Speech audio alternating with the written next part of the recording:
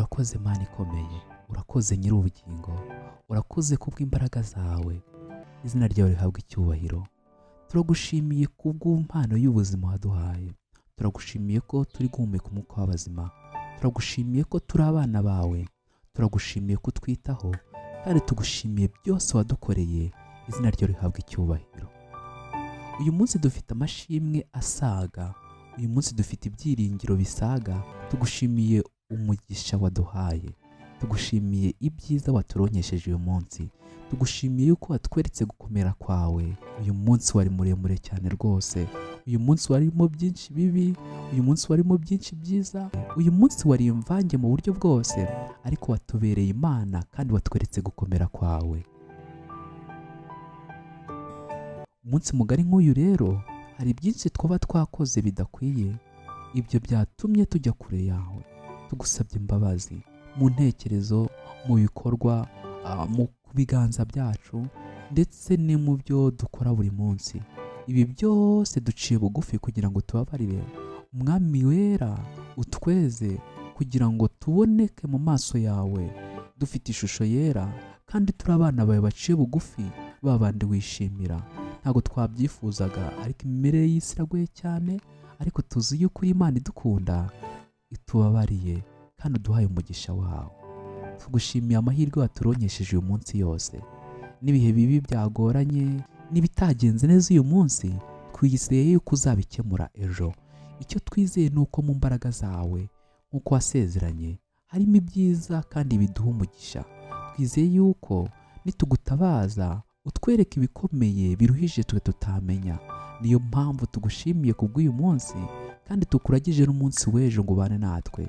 Uyu mugoroba imibereho turi bugire byose ubane natwe, uduhe kuronka kandi uduhe intekerezo nzima. Ubwo umunsi ushoje, ubwo umunsi uciye ikibu, ubane na buri muntu wese.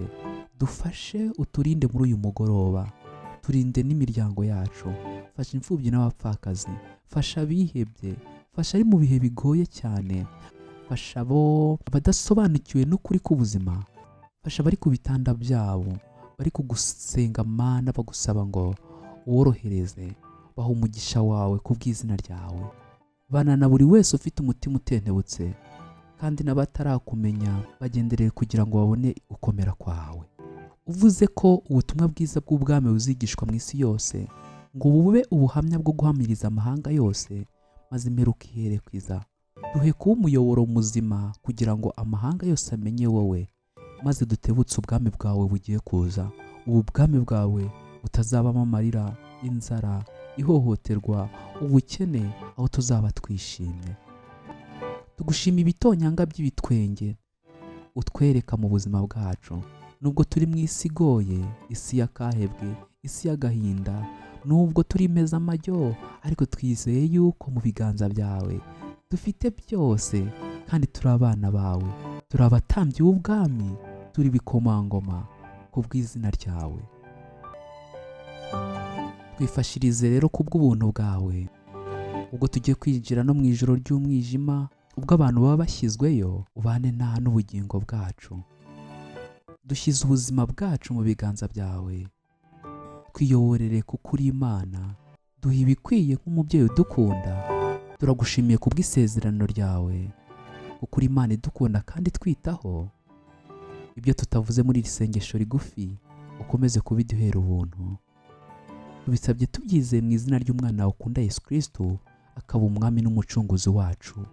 Amina.